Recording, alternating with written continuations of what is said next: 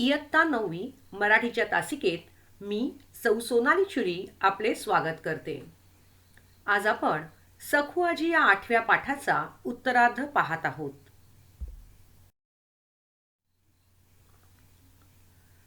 मुलांनो, लेखक राजन गवस यांनी या पाठाच्या अनुषंगाने असं एक पात्र, अशी एक व्यक्तिरेखा आपल्यासमोर आणली आहे.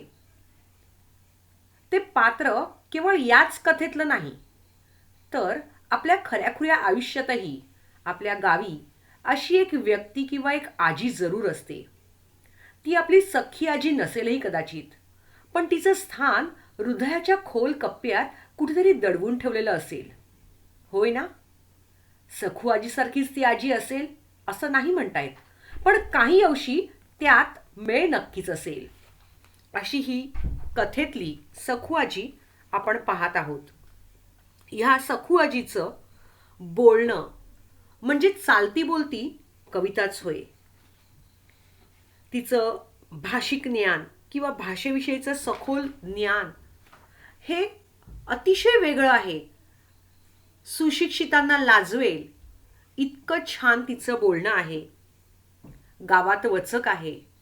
तर अशी ही सखू आजी पुढे अजून काय काय घटना घडतात ते आपण पाठाच्या आधारे पाहूया.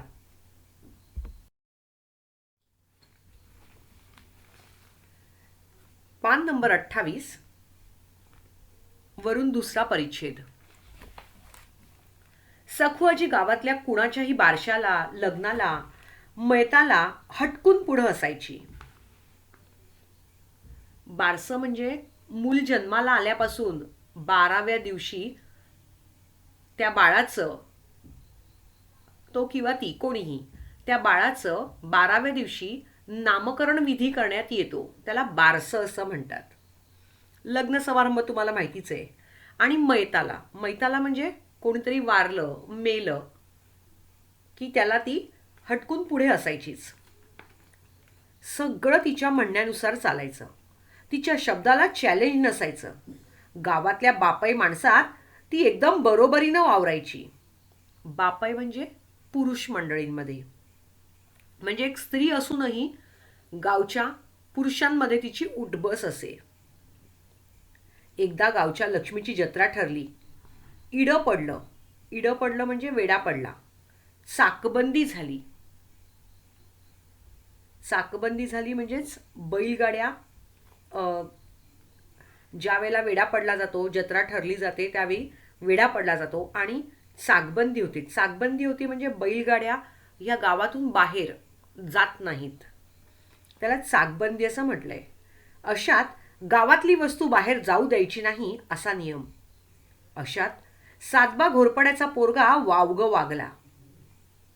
गावातले एक घराणं आहे सातबा घोरपडे, त्यांचा मुलगा जो आहे हा वावगं वागलाय. वावगं वागलाय म्हणजे वाईट काहीतरी वागलेला आहे तो. गाव बैठक बसली. पंच म्हणाले, रिवाजानुसार सातबाच्या पोराला दंड कराच. सगळ्यांनी माना डोलावल्या. निर्णय फायनल. एवढ्यात म्हातारी उठली.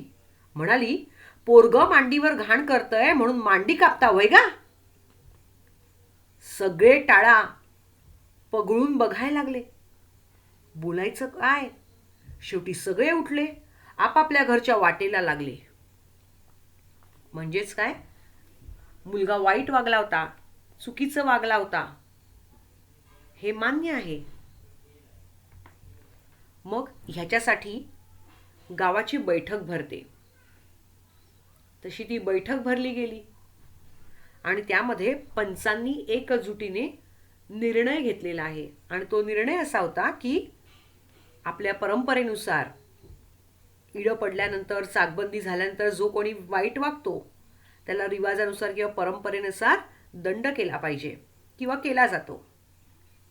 आता वेळ होती सातबाच्या मुलाची आणि त्यामुळे त्याला दंड करायलाच हवा. सगळ्यांनी ह्या निर्णयाला दुजोरा दिलेला आहे, म्हणजेच होकार दिलेला आहे आणि निर्णय ठरलेला आहे. एवढ्यामध्ये ही सखू आजी जी आहे हिने काय सांगितलं? पोरगं मांडीवर घाण करतंय म्हणून मांडी कापता वय का? म्हणजे हा पोरगा आपलाच आहे. ह्या पोराने जर काही घाण केली आहे, म्हणजे एखाद्या पोराने मांडीवर शिशी केला असेल, तर कुणी मांडी कापतं का? बाळाने मांडीवर शी केला तर कुणी मांडी कापणार का? असं ती म्हणाली. सगळे टाळा पगळून बघायला लागले. टाळा पगळून बघायला लागले म्हणजेच आ वासून आश्चर्याने पाहायला लागले आजीकडे. बोलायचं काय? आणि शेवटी काय झालं, सगळे उठले आणि आपापल्या घरी निघून गेले. म्हणजे सखू आजीची गावातली जरब जी होती ती काय होती, या उदाहरणातून ते दिसून येतं. म्हणजे तिच्यामध्ये ममता सुद्धा आहे, माया आहे, की तो आपला मुलगा आहे. बरोबर. आणि त्या आपल्या मुलगा चुकलेला आहे मान्य आहे, पण आपणच त्याला माफी दिली पाहिजे, माफ केलं पाहिजे. आणि त्यासाठी तिने, अशिक्षित आजीने छानसं उदाहरण दिलं इथे. आणि ती म्हणते की बाळाने मांडीवर शी केली तर कोणी मांडी कापतं का? नाही ना. तर बाळाला स्वच्छ करतं, शिशी साफ करतं, घाण स्वच्छ करतं. मग तसंच ती त्या मुलाच्या, सातबाच्या मुलाच्या बद्दल म्हणालेली आहे.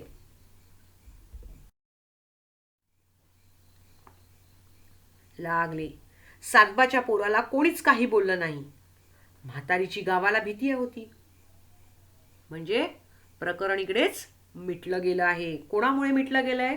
तर सखू आजींमुळे मिटलं गेलेलं आहे. त्यांनी मध्यस्थी केलेली आहे. आणि म्हातारीची दहशतही तशीच होती गावामध्ये, आणि त्यामुळे कोणी काही बोललं नाही. एकदा सखू आजी गावातल्या आयाबाया गोळा करून आमच्या घरात आली. आयाबाया म्हणजेच बायका, आजूबाजूच्या बायका गोळा केल्या आजीने आणि घराजवळ आली. तेव्हा मी कॉलेजात होतो.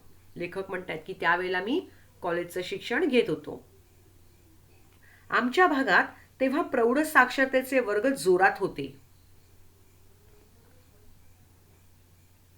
प्रौढ साक्षरता म्हणजेच जी एजेड लोक आहेत, अडल्ट आहेत, तर अशा वयस्कर निरक्षर लोकांना, म्हणजे अडल्ट आहेत पण निरक्षर आहेत, म्हणजेच वयाने मोठे आहेत, जे निरक्षर आहेत, निरक्षर म्हणजे लिहिता वाचता येत नाही, अशा माणसांना शिकवण्याचे वर्ग चालवले जातात. ह्याला प्रौढ साक्षरता असं म्हटलं जातं. प्रौढ साक्षरता म्हणजेच वयस्कर लोकांना किंवा माणसांना, वयस्कर निरक्षर लोकांना शिकवणं, अडल्ट एज्युकेशन. तर असे वर्ग जोरात होते निरक्षर माणसांना शिकवण्याचे. पण आमच्या गावात एकही चालत नव्हता. म्हणजे गावामध्ये साक्षर भागामध्ये, बाजूच्या एरियामध्ये हे सगळे वर्ग चालत होते, पण आमच्या गावात काही चालत नव्हता.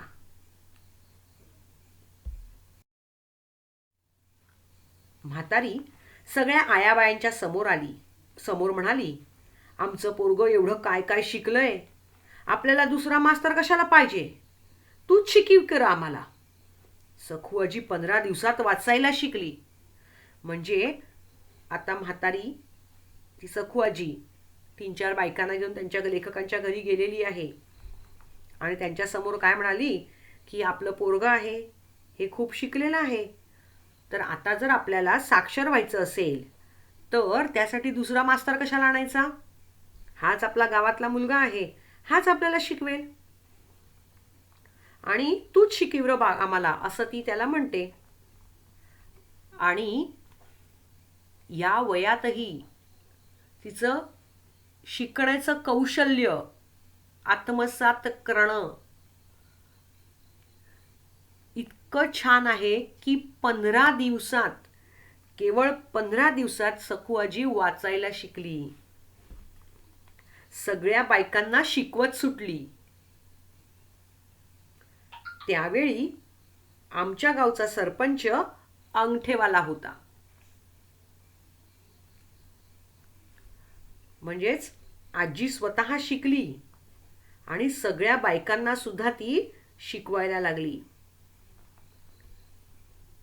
गावातला सरपंच, सरपंच म्हणजे ग्रामपंचायतीचा मुख्य पंच किंवा गावातली प्रमुख व्यक्ती, गावाचा व्यवहार बघणारी, जिला सरपंच असं म्हणतात, हेडमॅन ऑफ द विलेज. तर तो सरपंच हा अंगठेवाला होता. अंगठेवाला होता म्हणजे त्याला सही करता येत नव्हती.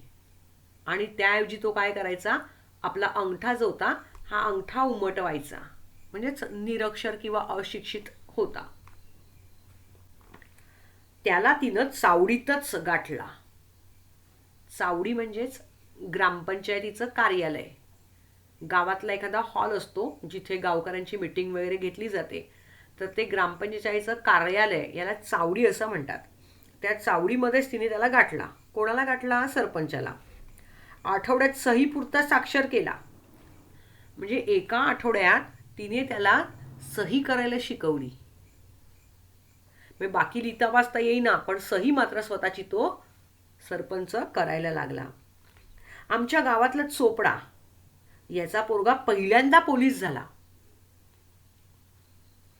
म्हणजे चोपडा हे सरनेम आहे, आडनाव आहे. तर ह्या चोपड्यांचा मुलगा जो होता हा पोलीस झाला. म्हातारीनं गावच्या बायका गोळा करून त्याला ड्रेसवर ओवाळलं. म्हणजे या सखुआजीची कमाल इतकी की तो पोलीस होऊन आला, त्या पोलीसच्या वर्दीमध्येच तिने त्या बायकांना गोळा केलं आणि त्या वर्दीवरच त्याला, ड्रेसवर त्याला ओवाळलं. दही साखरेनं तोंड गोड केलं. गाव म्हणजे म्हातारीचा गोतावळा. तिला गावातल्या लहान थोरांमध्ये आपलं घर दिसायचं. त्या चोपडाच्या मुलाला, पोलीस झालेल्या मुलाला तिने त्या गावातल्या बायकांना घेऊन ओवाळलं, दही साखर घातली तोंडामध्ये आणि त्याचं तोंड गोड केलं. आणि हा गाव म्हणजे तिचं कोण होतं? गोतावळा होता. गोतावळा म्हणजे नातेवाईक किंवा फॅमिली ती सगळ्यांना समजायची. आणि गावातल्या सगळ्या लहान थोरांमध्ये तिला आपलं घर दिसायचं. ती हे माझं तुझं अजिबात काही करायची नाहीये. तर अशी ही सखू आजी होती. सखू आजी शिकली सवरली असती, शहरात जन्मली असती तर कुठल्या कुठं पोचली असती. म्हणजे ही सखू आजी आज जर सुशिक्षित असती, शिकलेली असती आणि तिचा जन्म गावात न होता शहरात झाला असता, तर आज ती कुठल्या कुठं पोचली असती तिच्या ज्ञानाच्या आधारावर. इतकी प्रचंड बुद्धी तिला लाभली होती, पण ते तिच्या नशिबात नव्हतं, म्हणून काही बिघडलं नव्हतं. म्हणजे इतकी प्रचंड बुद्धिमान ती असूनही तिच्या नशिबात ते असं बाहेर शहरात जन्म घेणं नव्हतं. पण असं न झाल्यामुळे सुद्धा काही बिघडलेलं नव्हतं. कारण का? तर तिनं सगळं तिच्या हयातीत काबीज केलं होतं. हयातीत म्हणजे जिवंत असताना, काबीज म्हणजे हस्तगत. म्हणजे ती जिवंत असताना तिने हे सगळं करून घेतलं होतं. त्यामुळे तिचं काही बिघडलेलं नव्हतं. सखू आजी मरण पावली. लहान पोरांपासून म्हाताऱ्या कोताऱ्यांपर्यंत प्रत्येकाच्या डोळ्यातून पाणी आलं. गाव पोरकं झालं. म्हणजे सखू आजीच्या जाण्यामुळे, मरण पावली म्हणजे मृत्यू पावली, सखू आजीच्या निघून जाण्यामुळे अगदी लहान पोरांपासून ते म्हाताऱ्यांपर्यंत प्रत्येक जण आजीसाठी रडला. गाव जणू पोरकं झालं होतं. पोरकं म्हणजे निराधार झालं होतं सखू आजीशिवाय. आता फक्त आजीच्या दंतकथा. म्हणजे आता आजीची आठवण होते. कशासाठी होते? तर दंतकथेसाठी. दंतकथा म्हणजेच पूर्वीच्या काल्पनिक सुरस कथा ती ज्या सांगायची, तर या कथांसाठी तिची आठवण येते. घडलेल्या, न घडलेल्या. प्रत्येक गावात अशी एक आजी गावचा गोतावळा सांभाळून गेलेलीच असते. म्हणजे काही कथा घडलेल्या असायच्या, काही न घडलेल्याही असायच्या. पण अशा प्रकारे आजीच्या काल्पनिक आणि सुरस कथा ज्या आहेत ह्या फक्त आमच्या लक्षात आहेत. प्रत्येक गावात अशी एक आजी गावचा हा गोतावळा सांभाळून गेलेलीच असते. आता गावगाडा बदलला, आजीला जागाच उरली नाही. म्हणजे गावगाडा बदलला म्हणजेच गावाचा कारभार बदलला. सगळं काही बदललं. अडचण फक्त उद्याच्या मुलांची. त्यांनी अशा आजीची आठवण कुठची सांगायची. म्हणजेच आता अशी आजी उरलेलीच नाहीये. आता अडचण कोणाची आहे? तर पुढच्या पिढीची आहे, उद्याच्या मुलांची म्हणजेच पुढच्या पिढीची आहे. त्यांनी अशा आजीची आठवण कुठली सांगायची, म्हणजे त्या मुलांनी आपल्या आठवणीतली आजी अशी कुठली सांगायची बरं, हा प्रश्न सरते शेवटी लेखक इथे आपल्याला विचारतायत. पाठ अतिशय सुंदर होता. आपल्या मनातही अशी एखादी व्यक्तिरेखा असेल तर नक्कीच त्या व्यक्तीबद्दल आपण लेखन केलं पाहिजे आणि तुम्ही ते करावं असं मला वाटतं. चला आता आपण पाठ समजला असेल, आपण प्रश्नांकडे वळणार आहोत. मुलांनो, वेळ झाली आता प्रश्न उत्तराची. चला तर मग.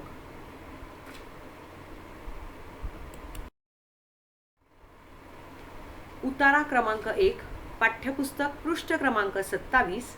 वेळ झाली आहे तुमच्या वाचनाची. 2 मिनिटं देते आणि मग आपण प्रश्नांकडे वळूया.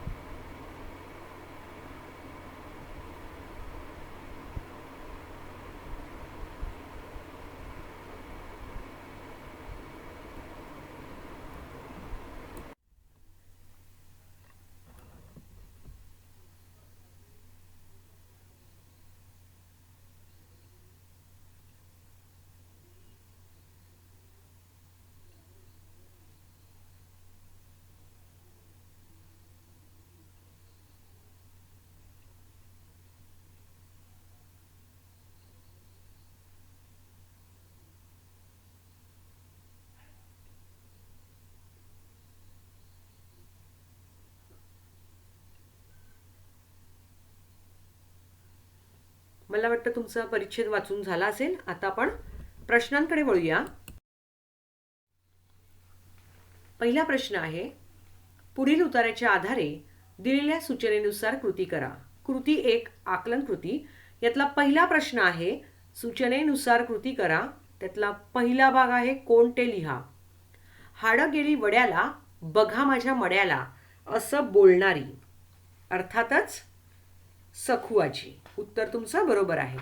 आता आपण दुसऱ्या प्रश्नाकडे वळूया. खालील प्रश्नांचे उत्तर एका वाक्यात लिहा. प्रश्न आहे, सखू आजी परवा वारली ही गोष्ट लेखकाला सांगण्या इतपत महत्वाची का वाटत नाही.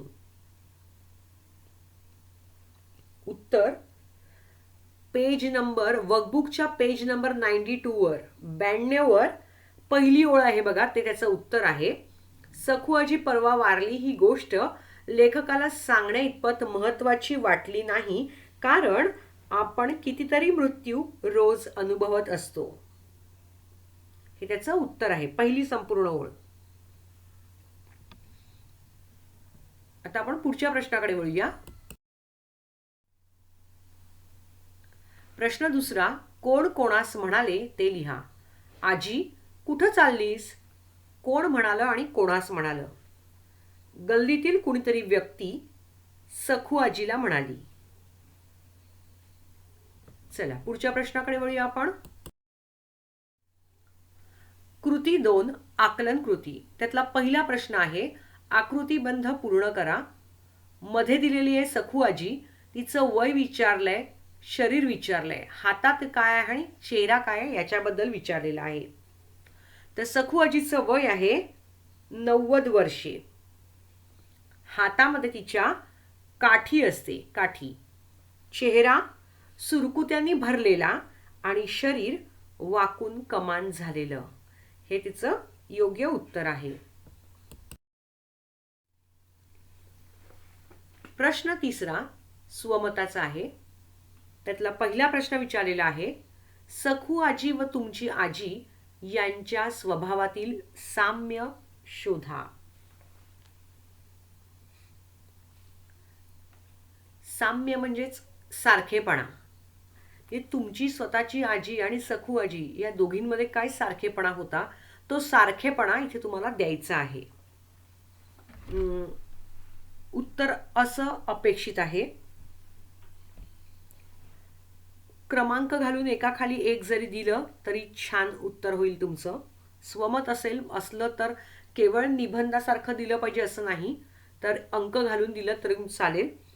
त्यातला पहिला मी सांगते की दोघीही वृद्ध आहेत आणि दोघींचाही स्वभाव बोलका आहे किंवा बोलघेवडा आहे असं लिहिलं तरी चालेल. काहीतरी शब्दांमध्ये नाविन्य मिळत जाईल. म्हणजे दोघीही बोलके आहेत. दुसरं साम्य असं आहे की दोघीही म्हणींचा अचूक वापर करतात. आता सखू आजी जी आहे ही फार जुन्या काळातली आहे आणि तिचं बोलणं कवितेमध्ये आहे. तुमची आजी म्हणी वगैरे वापरत असते. म्हणजे एखादी वस्तू हरवली तर आपल्याला काय म्हणते, शोध शोध, खाकेत कळसा आणि गावाला वळसा. तर अशा प्रकारे आपल्या घरामध्ये वक्तव्य चाललेलं असतं. आणि मग इथे सखू आजी आणि तुमच्या आजीतलं सारखेपणा दाखवताना आपण असं म्हणू शकतो की दोघीही म्हणींचा अचूक वापर करतात. त्यानंतर तिसरं साम्य मला असं वाटतं की ग्रामीण भाषेत बोलतात.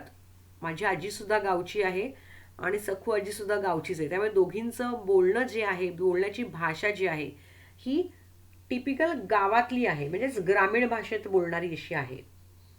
त्यानंतर चौथा पॉइंट मी सांगते इकडे, सर्व समारंभामध्ये सामील होतात. म्हणजे आजी जशी गावातल्या सगळ्या बारशापासून अगदी प्रेतापर्यंतच्या ह्या हे जे काही समारंभ होत असतात ह्या सगळ्यामध्ये ती सामील होते. माझी आजी सुद्धा तशीच सगळ्या समारंभामध्ये सामील होत असते. तर पाचवा मुद्दा मला इथे सांगावासा वाटतो की सखू आजी जशी अडल्या नडलेल्यांना मदत करायची, म्हणजेच ज्यांना लिहिता वाचता येत नव्हतं ती स्वतः वाचायला शिकली आणि मग ती गावातल्या सगळ्यांना वाचायला वगैरे शिकवायला लागली, तसंच माझी आजी सुद्धा अडलेल्या नडलेल्या सगळ्यांनाच मदत करायची. हे तिच्यातलं साम्य आहे. त्यानंतर सहावा मुद्दा मला असं सांगावासा वाटतो की अचूक निर्णय क्षमता तिच्यामध्ये आहे. व्यवस्थित निर्णय ती देत असे. त्यानंतर सातवा मुद्दा आहे, ती सत्यवचनी आहे. म्हणजे जशी सखू आजी बोलते तशीच माझी आजी सुद्धा सत्यवचनी होती. नेहमी सतत खरं आणि सत्य याचा कास ती धरत असे. त्यानंतर आठवा मुद्दा मला इथे सांगावासा वाटतो की सल्ला देण्यात सहृदय आहेत. म्हणजेच काय, मनापासून ती कुठलाही सल्ला देते की हा लोकांचा मुलगा आहे म्हणून ह्याच्यासाठी सल्ला वेगळा आणि हा माझा मुलगा आहे म्हणून ह्याच्यासाठी सल्ला वेगळा, तर असं नाही. तर ती सरसकटपणे सगळ्यांसाठी सारखाच नियम किंवा सल्ला ती देत असे. त्यानंतर नववा मुद्दा मी इथे सांगते की माझी आजी सुद्धा बहारदार आणि अद्भुत अशा गोष्टी सांगायची. हे साम्य आहे. त्यानंतर शेवटचा मुद्दा मी इथे अजून सांगते की बोलताना अवर्णनीय आनंद देतात. आजी जेव्हा बोलायची त्यावेळेला जो आनंद आम्हाला मिळायचा तिच्या बोलण्यामुळे, तर तो आनंद अवर्णनीय असा होता. तर अशा प्रकारे एकूण 10 मुद्दे मला इथे सखू आजी आणि माझी आजी यांच्या स्वभावातला साम्य स्थळ इथे द्यावीशी वाटतायत. तुम्हाला जी हवी असतील तर तुम्ही द्या. क्रमाने दिली तरी चालतील, सरसकट दिली तरी सुद्धा चालतील. ठीक. चला आता आपण पुढच्या प्रश्नाकडे वळूया. उतारा 2, पाठ्यपुस्तक पृष्ठ क्रमांक 27 ह्यातला हा उतारा आहे. चला, वेळ झाली आता वाचनाची. हातामध्ये पेन्सिल ठेवा. उत्तरं मिळत असतील तर तिकडे अंडरलाईन करून घेत जा. मी तुमचा वेळ वाचेल पुन्हा शोधण्याचा.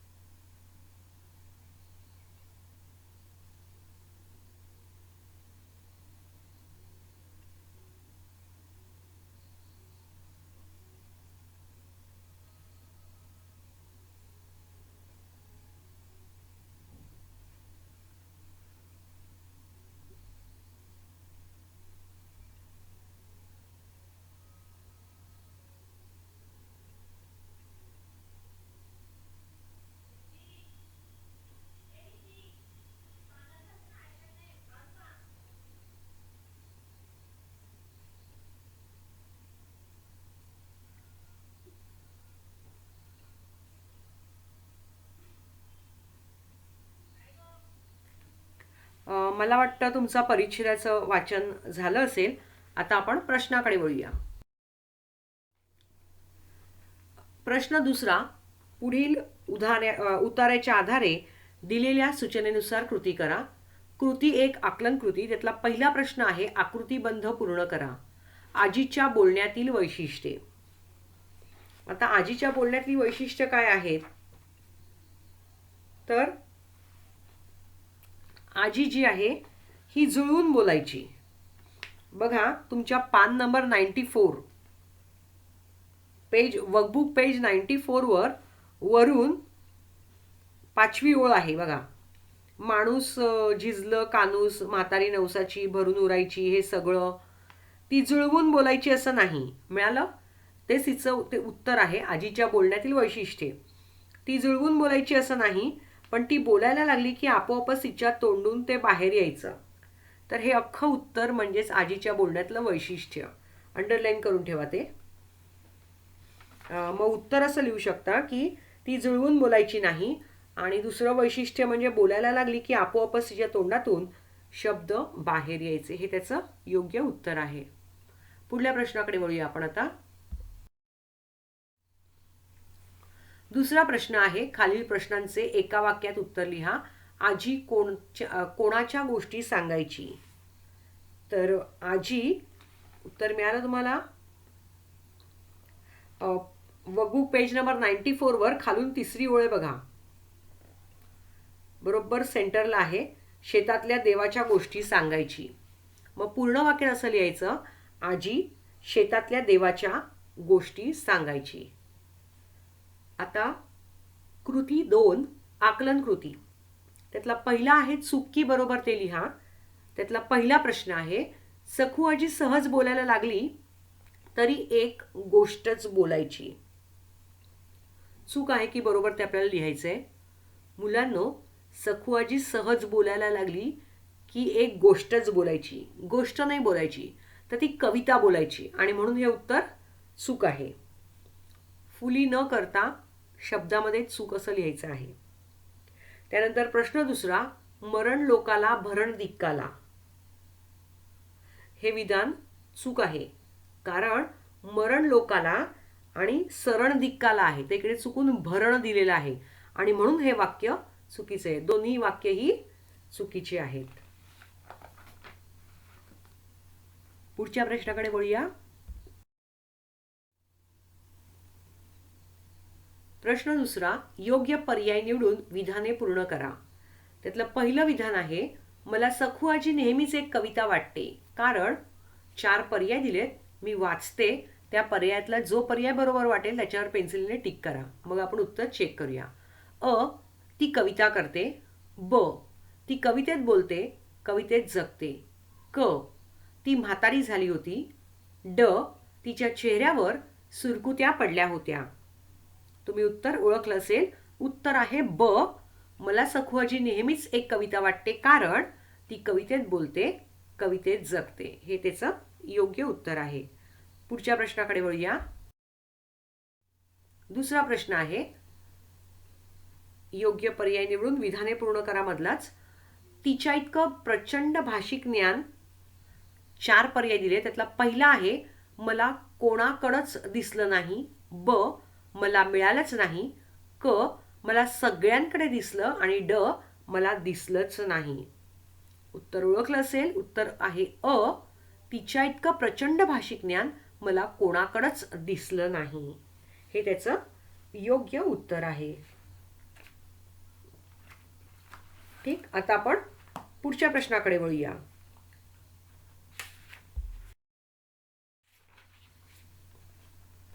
स्वमत कृती आहे. प्रश्न आहे सखू आजीच्या व्यक्तिमत्व विशेषांपैकी तुम्हाला भावलेल्या कोणत्याही 2 विशेषांचे सकारण स्पष्टीकरण करा. मॉडेल आन्सर म्हणून मला असं सांगावंसं वाटतं की सखू आजीच्या जे व्यक्तिमत्व आहे त्यापैकी मला भावलेलं म्हणजेच आवडलेलं कुठलेही 2 विशेषांचं कारणासह स्पष्टीकरण सांगितलेलं आहे. तर मला वाटतं सातबा घोरपड्यांच्या मुलाने गैरवर्तन केलं आणि ते गाव बैठकीमध्ये ठरलं आणि त्याला दंड दिला गेला, त्याला शिक्षा दिली गेली. तेव्हा सकू आजीने सगळ्या पंचांना खडसावून सांगितलं आणि मुलाची शिक्षा त्याची रद्द केलेली आहे. या प्रसंगातून सकू आजीचा बाणेदार स्वभाव जो आहे हा दिसून येतो आणि सारं गाव विरुद्ध असताना सुद्धा एकटीनं त्या मुलाच्या बाबत जो न्याय देणं, गावसभेला खाली मान घालायला लावणं, या धाडसाचं मला कौतुक करावंसं वाटतं. आणि हे तिचं धाडस किंवा या धाडसाचं अनोखं वर्णन मला तिच्या व्यक्तिमत्वातून दिसतो. हे एक उदाहरण आहे. आणि अजून एक उदाहरण मला इथे द्यावंसं वाटतं, ते म्हणजे प्रौढ साक्षर वर्गाला गावातला शिक्षक मुलगा मास्तर म्हणून देणं आणि स्वतः 15 दिवसात शिकून सर्व बायकांना शिकवणं, हे सकू आजीचं कर्तृत्व अफाट आहे. शिक्षणाविषयीची सकू आजीची जी तळमळ आहे, त्यानंतर दूरदृष्टी आहे, हे तिच्यातनं आपल्याला पाहायला मिळतं. शिक्षणाचं महत्त्व ती जाणत होती, हे सुद्धा यातनं दिसतं. आणि म्हणून या प्रसंगातून सुद्धा मला आजीच्या प्रगतिशील व्यक्तिमत्वाचं दर्शन घडतं असं वाटतं. आणि हे दोन मुद्दे मला इथे तिचे दोन विशेष जे आहेत ते मला इथं सांगावेसे वाटतात. तुम्हाला अजून काही वेगळंपणा वाटला असेल तर तो निश्चितच द्या. आपण आता वेळ झालेली आहे. पुढच्या लेक्चरमधले पुढचे पॉईंट्स आपण क्लिअर करूया, प्रश्नांची उत्तरं. तोपर्यंत शिकवलेले आत्ता जे सोडवलेले प्रश्नोत्तर आहेत ते तुम्हाला लिहायचे आहेत.